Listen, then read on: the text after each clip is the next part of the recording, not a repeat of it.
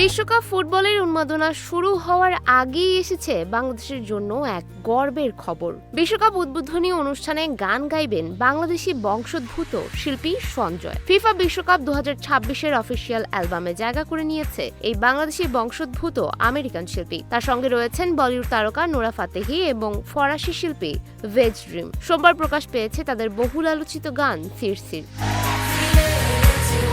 Football বিশ্বকাপ মানেই নতুন গান, নতুন উন্মাদনা। সেই ধারাবাহিকতায় প্রকাশিত হয়েছে সিরসির। গানটিতে একসঙ্গে দেখা গেছে বাংলাদেশি বংশোদ্ভূত শিল্পী সঞ্জয়, বলিউড তারকা নোরা ফাতেহি এবং ফরাসি গায়ক ভেজ ড্রিমকে। ফুটবল বিশ্বকাপের উৎসব মুখর আবহ, রঙিন আয়োজন এবং প্রাণবন্ত কোরিওগ্রাফিতে সাজানো হয়েছে মিউজিক ভিডিওটি।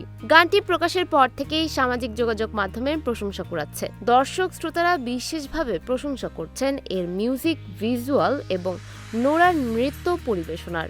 গানটি শেয়ার করে সঞ্জয় জানিয়েছেন, কয়েক মাসের পরিশ্রম এবং বিভিন্ন দেশের শিল্পীদের সহযোগিতায় তৈরি হয়েছে এই আয়োজন। সবচেয়ে বড় খবর হলো সিরসির জায়গা পেয়েছে ফিফা বিশ্বকাপের অফিসিয়াল অ্যালবামে। এর মাধ্যমে প্রথমবারের মতো বাংলাদেশি আমেরিকান কোনো শিল্পী ফিফার এই মর্যাদাপূর্ণ আয়োজনে যুক্ত হলেন। শুধু তাই নয়, বিশ্বকাপের উদ্বোধনী অনুষ্ঠানেও পারফর্ম করবেন সঞ্জয়।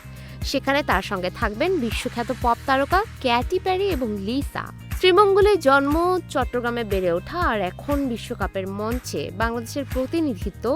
সঞ্জয়ের এই যাত্রা নিঃসন্দেহে দেশের সঙ্গীত প্রেমীদের জন্য গর্বের এক মুহূর্ত। ফুটবলের সবচেয়ে বড় উৎসবে এবার থাকছে বাংলাদেশেরও এক বিশেষ ছোঁয়া। সুমাইয়া হক তন্নি, নিউজ ফ্ল্যাশ 71।